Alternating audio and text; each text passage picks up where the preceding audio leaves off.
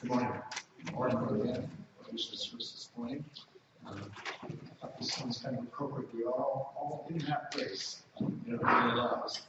This really isn't it very truthful that we need to be marching forward to Zion and hopefully loving and serving our Heavenly Father and know that He will be with us on that grace towards Zion.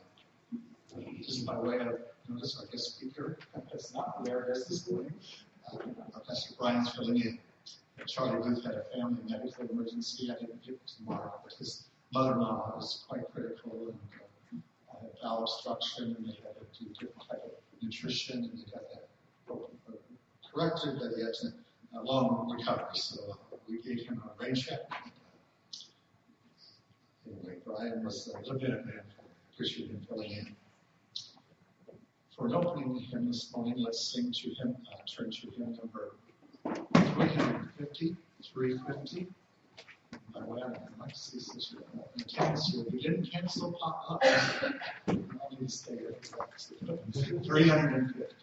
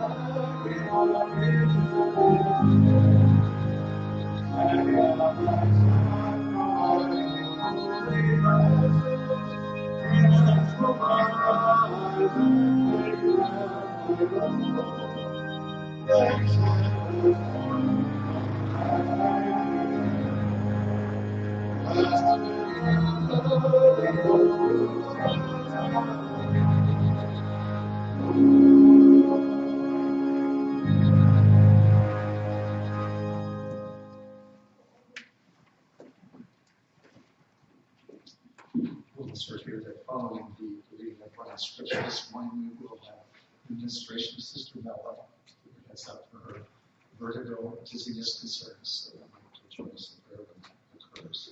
That will be right after the scripture. Our call to worship this morning comes from Alma, the 3rd chapter.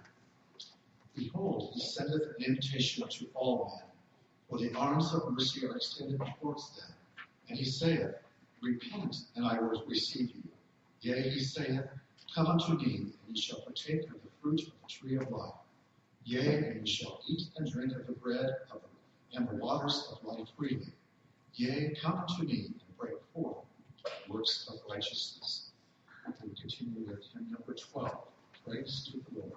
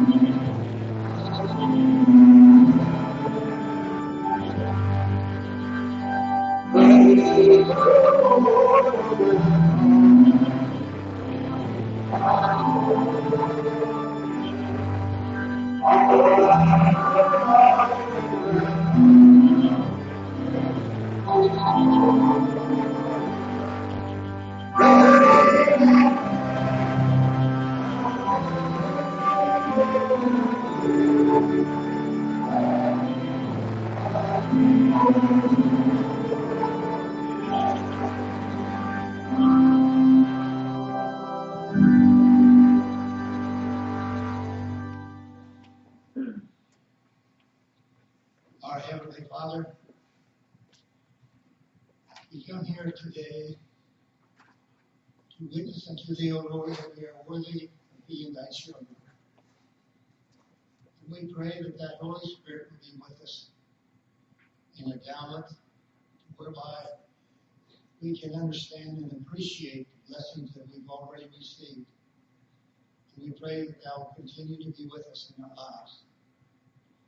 Continue to teach us and keep us to be a humble people, a people who have the desire and the love in our hearts to worship Thee, O Lord, and to respect our people that are in our congregation and our neighbors and our friends. And we ask that thou would have mercy upon us and help us to correct the things in our lives that is not right. We appreciate our pastor, and we appreciate his efforts that he puts forth in this congregation to keep us together and keep us strong and faithful unto thee, O Lord. We are deeply grateful. We respect thee. We ask this morning if there's others in the reach of our voices, and pray that thou might be able to pray into the Father in heaven, that they might receive knowledge and blessings from on high. Grant unto us this day the truth, and help us to establish in our lives a faithful heart and a faithful mind unto thee, Lord. And we always give thee all the praise and glory that we respect. We ask now these things in the name of our Lord and Savior, Jesus Christ. Amen.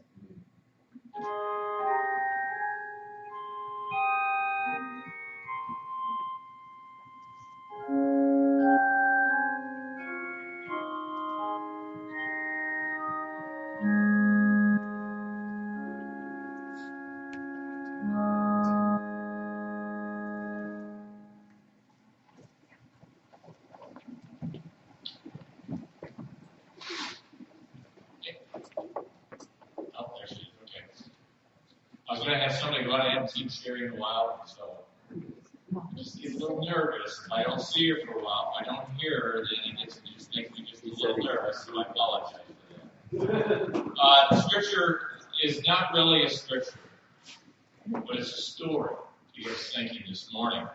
One day, a rich dad took his son on a trip to a very poor village. He wanted to show him how poor someone can be. They spent time on the farm with a poor family, and after they left the village, he asked his son 2 questions while they're on their way home. The father said, "Did you see how poor they were? And what did you learn, son?" His son replied, "Well, we have one dog. They have 4. We have a pool, but they have rivers. We have lanterns at night, but they have the stars. We buy food and they grow theirs. We have walls to protect us, but they have friends." After thinking for a while, his son added, "Thanks, Dad, for showing me how poor we really are."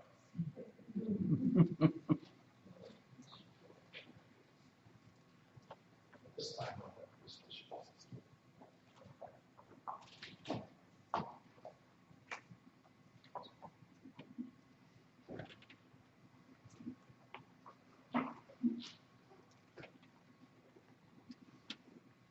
Our God, Mother, and Heavenly Father, we are deeply privileged and thankful to have this opportunity as your elders to place the consecrated oil on our sister's head. We are appreciative of the sacrament you have restored in the church, where we can approach your throne on behalf of concerns, whether they be physical or whatever it might be. We are thankful for Sister Melba and the testimony of her life and her faithfulness in asking for this administration. And it humbles us about your great creative ability to realize that small moments in a person's ears can affect the balance of the well-being. We know as the great physician and healer you can correct this. But we pray as well that those medications or therapy that Melba does might correct this physical disability. She might be able to function and maintain her balance and do those things she wants to do, particularly this season of the year at Textile.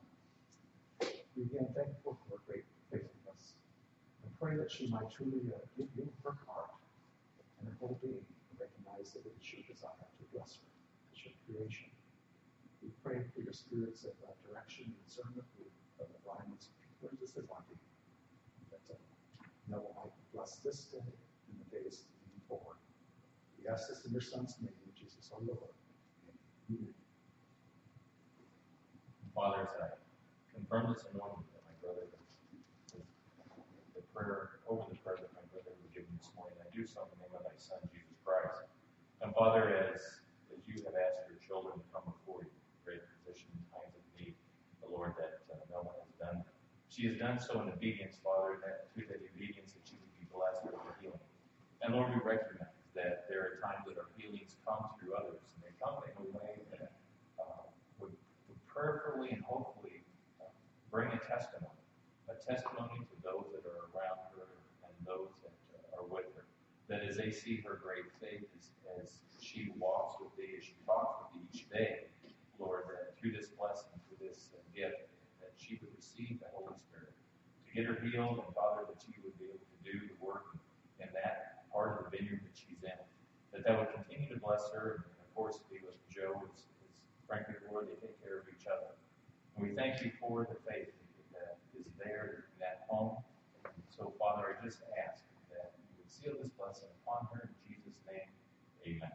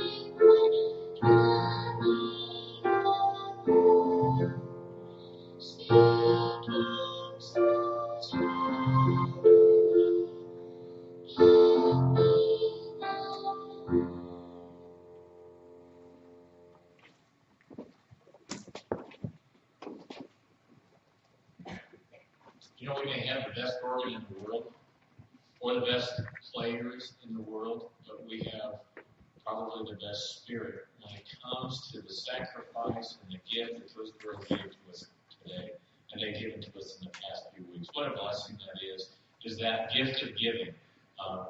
We can have all the nicest audios, everything. We have the best of the world. But when it's given in such a humble and an innocent way, doesn't that make it sound better? Isn't that what the choirs of angels are? And by the way, girls, not saying that you're angels, I talk to your mom and dad. But we see, though, that the innocence and the purity that it is given. And that's part of the story that I was trying to get across is look at how many things we have, but yet how poor we really are. When we see that how the Lord has truly blessed us in so many things. And in the lectures of faith, let's see, got to get there here in 6. And the lectures of faith are a great place to read. If you haven't ever read it for a while, it just brings out some very neat things. The lectures of faith in 6, let's see, 3a, having the assurance that they were pursuing a course which was agreeable to the will of God. And it goes on to say in 4c through 5a, such was and will always be the situation of the saints of God, that unless they have an actual knowledge that the course that they are pursuing is according to the will of God, they will grow weary in their minds and faint. For such has been and always will be the opposition in the hearts of unbelievers and those that know not God against it, of the pure religion of heaven, which is the only thing that ensures eternal life, that they will persecute to the utmost that all worship God according to his revelations, receive the truth in the love of it, submit themselves to be guided and directed by his will, and drive them to such extremities that nothing short of natural knowledge of their being the favorites of heaven, and of their having embraced that order of things which God has established for the redemption of men, will enable them to exercise that confidence in him necessary for them to overcome the world and to obtain the crown of glory which is laid up for them that fear God. For a man to lay down his all, his character, his reputation, his honor and applause, his good name among men, his house, lands, brothers, sisters, wife, and children, and even his own life also, counting all things as but filth and dross for the excellency of the knowledge of Jesus Christ, requires more than belief or supposition that he is doing the will of God, but actual knowledge. How do we find the actual knowledge of God? We've been so blessed to understand who God is and why he is because of where we're at. Every one of you know something of God. So Earl Curry's in down, and just so you know what I've been thinking about, this has been for a long, long time. We know about God, but we don't know enough about him. We read the covenants, we read the commandments, but I'm convinced, the Lord, that we know the less that we know, because there's such an underlying message that is given to each and every one of us that we have yet to uncover and to implement. And in Earl Curry's book, The Endowment, which you've probably read this 1,000 times, and as he's going on and he's talking and he says, rather, it is a noble association of deeply consecrated, inspired, and gifted minds, humble to know the truth, anxious to glorify his high purpose and name, and deeply concerned as is he with the achievement of this high purpose for life. The Lord your God gave to Isaiah one of the finest of prophetic insights. Come, let us reason together. For though your sins be as scarlet, if you will come close to the great Father, so that he may reason with you and you talk to him, then shall your personalities become white as the driven snow. Though your sins be like crimson, through this exalted association with him, you shall become as the finest and the whitest wool. That's really a blessing of a promise that we're given. That tells us that what is the truth? What is that knowledge? What should we know about the Lord? And through this time of life that we're going through, we talk about it as a time of probation, a time of working out of salvation. And you're all doing it however you think is best. I have no doubt about that. But you're doing it to the understanding and maybe your understanding. And while that's good, you're as a child that continues to grow and to learn. And to do that, and to grow and to learn properly, you have to be instructed. And the Lord has continued to see that. How will He instruct you? How will He instruct you? Or maybe the better question is, how will you be instructed? And then through that instruction, how will you instruct others? Some tough questions in your life, especially that last one. How will you instruct others? And the reason that I even ponder these questions is as we're trying to understand what does the Lord want for us, what does He want us to do? I have a tendency now to go back and to think, what would Christ really do? As I've matured over the years, I've gotten older, but maybe a little bit more mature, I've seen a change and a difference. I don't want to be a scribe or a Pharisee or one that continues to not understand, to know the law, but not to know the law, to know the words, but not to know the intent, and to seek and find the truth that the Lord has placed upon and within each and every one of us. None of you are exempt, by the way. The truth lies within. You just need to figure out how to get it out. And that happens, by the way, I can't get it out of you. I can't get it out. You have to be willing to let it out. And you do that when we take a look. So I was reading this story here the other day in the Book of Mormon about when Lehi and the family were traveling in the wilderness, right? Traveling in the wilderness is not a family vacation that anybody would want. When Dad packs everybody up and all the camels and the tents, and hey, guess what? We're going. And by the way, I don't really know where we're going, but we're going. And because the Lord said. And, oh, really? What did He tell you? Well, He came to me in a dream. Oh, really? He did He? So you can see how that all started off. But the point of it was that Lehi was willing to act on faith because he had the vision to be able to see. And if you're in 1 Nephi, the fifth chapter, in 53 through 63, and I'm going to skip through them very, very quickly, but that's really the story where it talks about how they're going in the wilderness, right? So picture this, they're going and it's a rough vacation. They're out of everything and everybody's crabby. You might have one last time, just like this. And the point that they had to get to, though, they had to be chastened by the Lord to come to an understanding. That chastening happens to each of us in a variety of different ways. This they happen to be that they weren't being as blessed in their journey. So the Lord will bless you in your journey, by the way. We see that the Lord will bless us in our journey at this time of probation, your journey through life. However long that might be, you can be blessed. And understand what was happening here. This is a type and a shadow that during this time, while this family was traveling through the wilderness, it was not good, but they were blessed when they were obedient. Verse 59, and if it so be that the children of men keep the commandments of God, He doth nourish them, strengthen them, and provide means whereby they can accomplish the thing which He has commanded them. And He had commanded them to go out into the wilderness, to find home.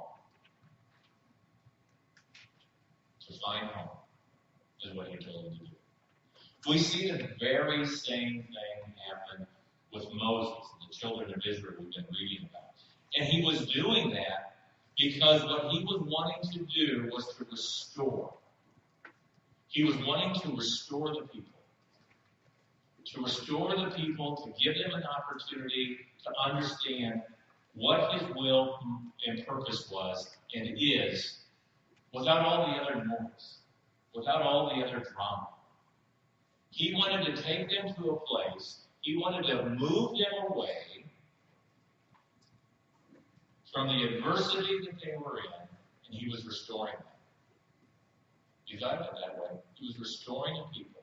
And as he was restoring the people, he needed to do that so he would have an opportunity to help save us, you and I, through the things that would transpire. We see that the restoration is nothing new. Hence the word restoration. It's restoring.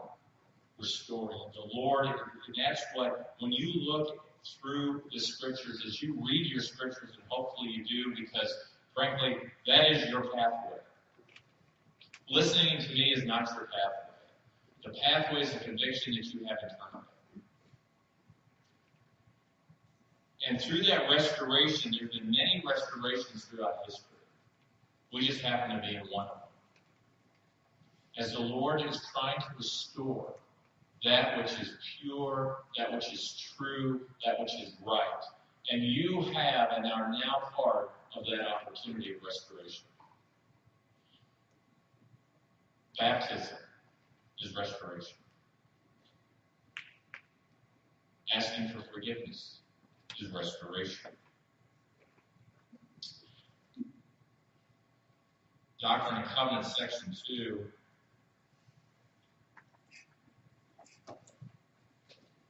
And when I get into section 2, let's see, where am I at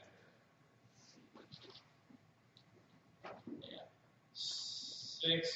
Section 2, 6a. And this talks about the promise. Now I like this because this tells us that the Lord is still working, talking, being a part of your life and my life.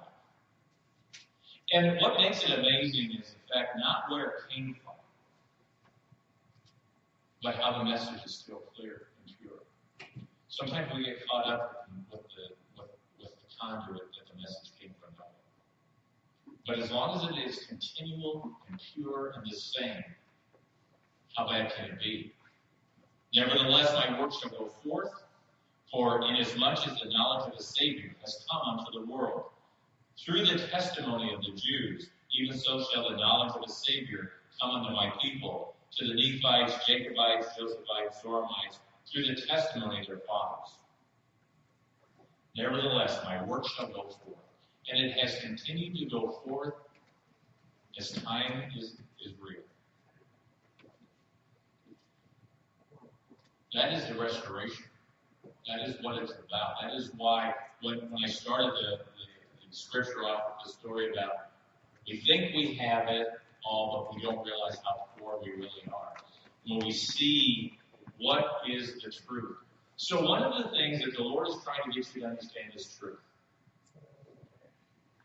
Do you know the truth of Christ? Do you know the truth of God? Do you know that truth? Are you intimate and knowledgeable? If I didn't make it on Thursday night, I wanted to see what was going to happen. So, did you make your change? Christ came? If he sat next to you today, would you know the truth to be able to see him? And that's what you have to ask yourself. If he appeared before you today, could you see it? And could you see it because of the truth? The Doctrine and Covenants, or this period of restoration, gives us what truth is. It helps us to understand what is the clarity. And when we look at what happens in 1 Corinthians, the 2nd chapter, 12 through 13, now we have received not the spirit of the world, but the Spirit which is of God, that we might know the things that are freely given to us of God, which things also we speak, not in the words which man's wisdom teacheth, but which the Holy Ghost teacheth, comparing spiritual things with spiritual things. And you see there's a difference. That's why at times we can't see what's going on. Because we try to look through our eyes and compare it to what we know, where we've been, and we try to understand what the Lord is. And through the restoration, through your restoration, he's trying to help you understand what he really has in mind for you. That's why we see the scriptures as they are today. Have you ever wondered? We have the scriptures, we know how they were put together. Now that's history, right? History, how they came, how the Bible was all put together, how the Book of Mormon came forward, how the Covenants happened. We understand that. But if you look about how they came through, They are the testimonies that I've told you before. The testimonies of God working through you and I. To such a point that it made such an impact that it changed nations. It changed people. It brought about life. Doctrine and Covenants 85. I love the 85th section of Doctrine and Covenants because it gives us an awareness and enlightenment. If you haven't spent time reading this, you have to compare it. When you read these things, can you draw a thread through your scripture to see the truth that they've manifested? Are you able to do that? If not, you should try. In Doctrine and Covenants 85:10a, and it's about truth. All beings who abide not in these conditions are not justified. For intelligence cleaveth to intelligence. Wisdom receiveth wisdom. Truth embraceth truth. Virtue loveth virtue. Light cleaveth unto light.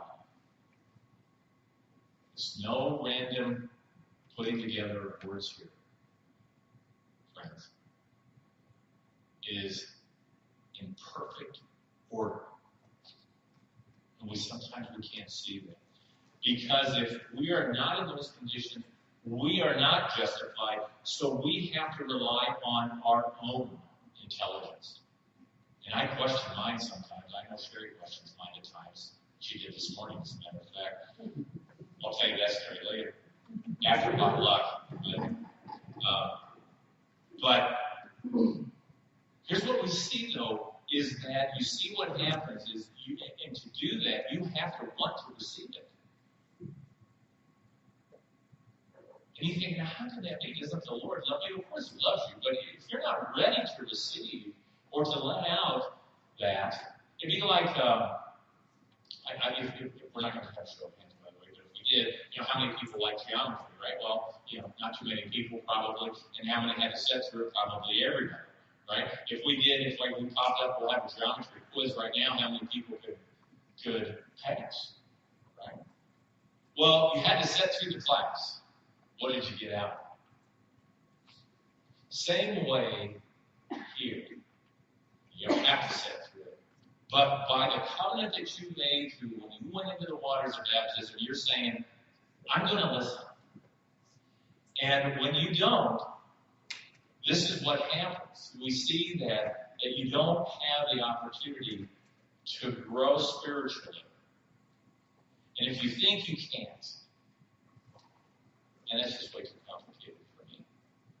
I can't get there from here. Or I'm too old, or I'm too young, or I'm too difficult, or I'm too whatever. That's not true. Because when the Lord tells us that wisdom receiveth wisdom, truth embraces truth, virtue of virtue, light cleaveth unto light. Light is the ultimate. And we see the ultimate. We drop down into 85:17. Behold, that which you hear is as the voice of one crying in the wilderness. In the wilderness, because you cannot see it. My voice, because my voice is spirit. My spirit is truth. Truth abideth and hath no end. And if you be in it, you shall abound. Now think about the promise that is given. If it says that if you hear that voice, that's the Spirit calling unto you. So you have to have an action. You have to do something. You hear a voice. If you had a voice, if you were walking, well, I don't know, maybe you wouldn't today, but if you were walking and you heard somebody crying for help, you might be inclined to go see what's going on. But that's what he's saying here, is that my voice is the Spirit. And don't misunderstand how the Spirit cries you. Because you probably have been taught or told or read how the Spirit talks to you. And that might not be right. So think about that. Because the Holy Spirit, again, has worked with you this last week. If you would just stop and think. And I think Christ has talked to you this last week. And he says that if you find my Spirit is truth, abideth and hath no end, and if you shall be in it, you shall abound. It's not you, your life won't be perfect, but you will be stronger to be able to do those things that you need to do. And goes on in 90, Dr. Cupp's 90:4e. He that keepeth his commandments receiveth truth and light until he is glorified in truth and knoweth all things. Not to make you a know-it-all, but to know all things. And it goes on to say in 90, man also was in the beginning with God. Intelligence, or the light of truth, was not created or made, neither indeed can be. Now here's where it gets a little deep. All truth is independent in that sphere in which God has placed it, to act for itself, as all intelligence also. Otherwise there is no existence. The glory of God is intelligence, or in other words, light and truth forsaketh the evil one. And that wicked one cometh and taketh away light and truth through disobedience from the children of men because of the tradition of their fathers.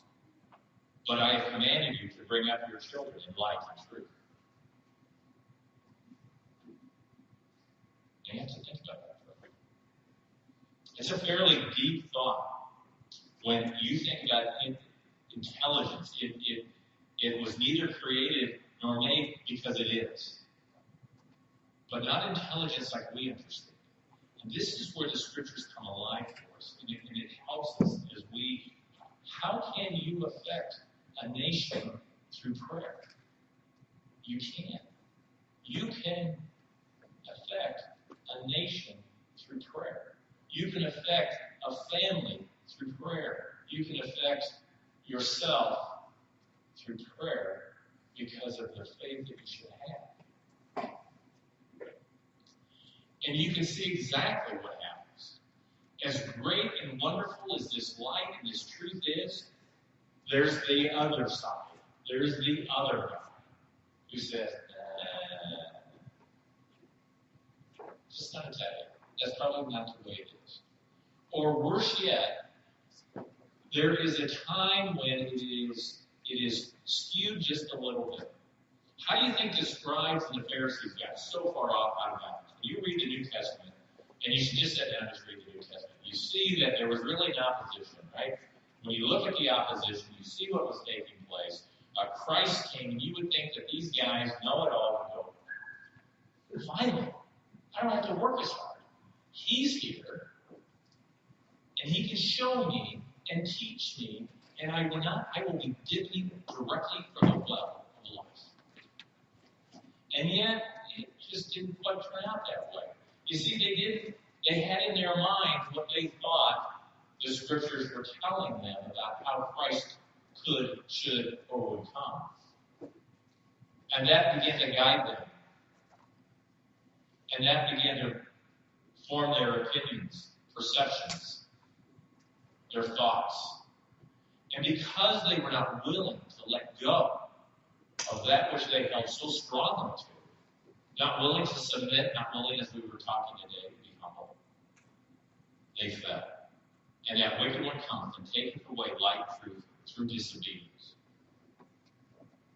from the children of men because of the traditions of their fathers. We begin to see, you want to see what's going on?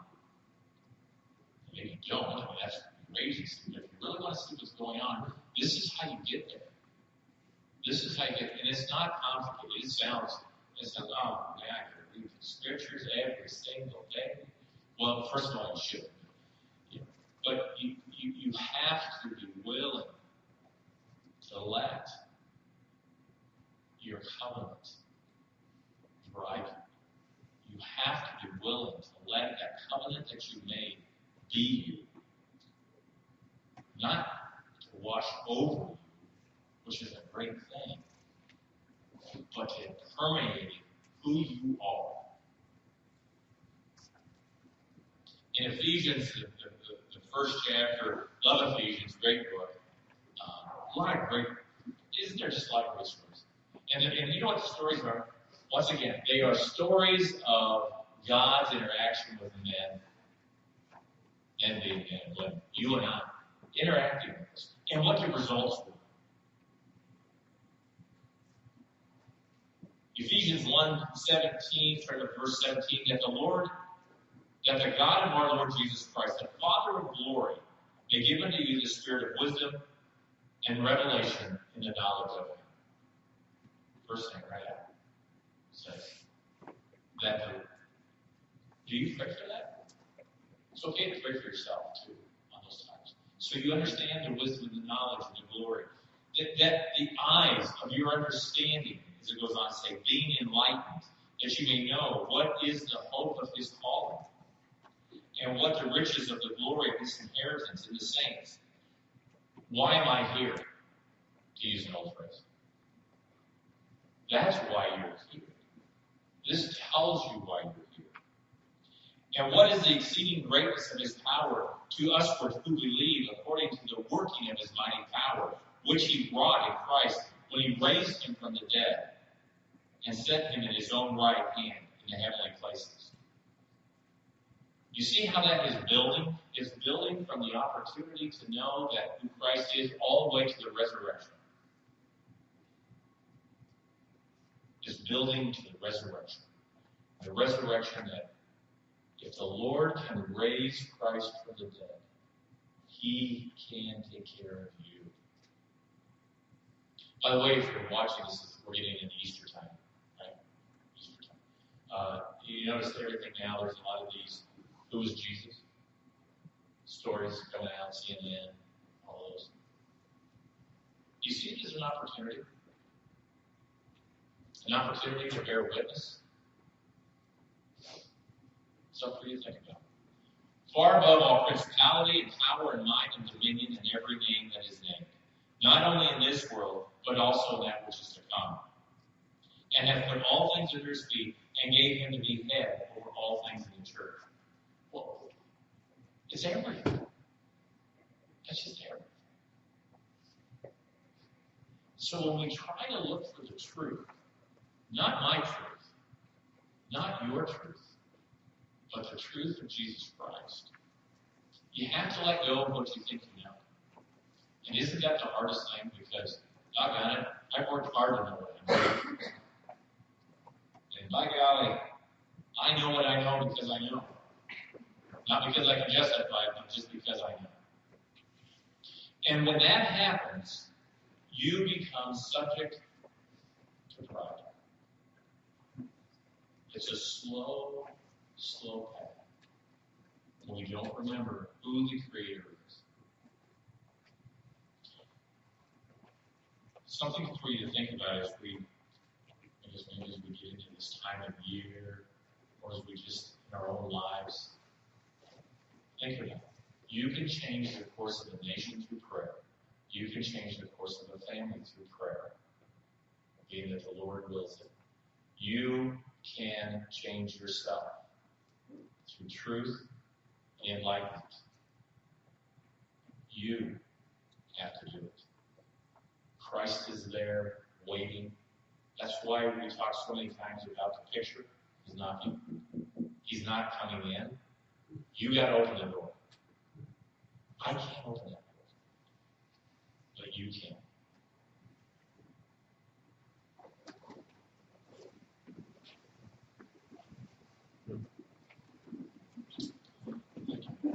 This is the challenge we have. The power of prayer in our lives and the lives of others. Let's turn now to hymn number 402 as we're closing in this onward design. The chorus of another song we do as we're speaking here. It's we have an anchor that keeps our soul steadfast and sure while the billows roll, fastened to the rock which cannot move, grounded firm and deep in the Savior's love. Hopefully that's your prayer and my prayer forever. We have that anchor grounded in the love of our Heavenly Father for the times in which we live. Again, we'll turn now to number 402.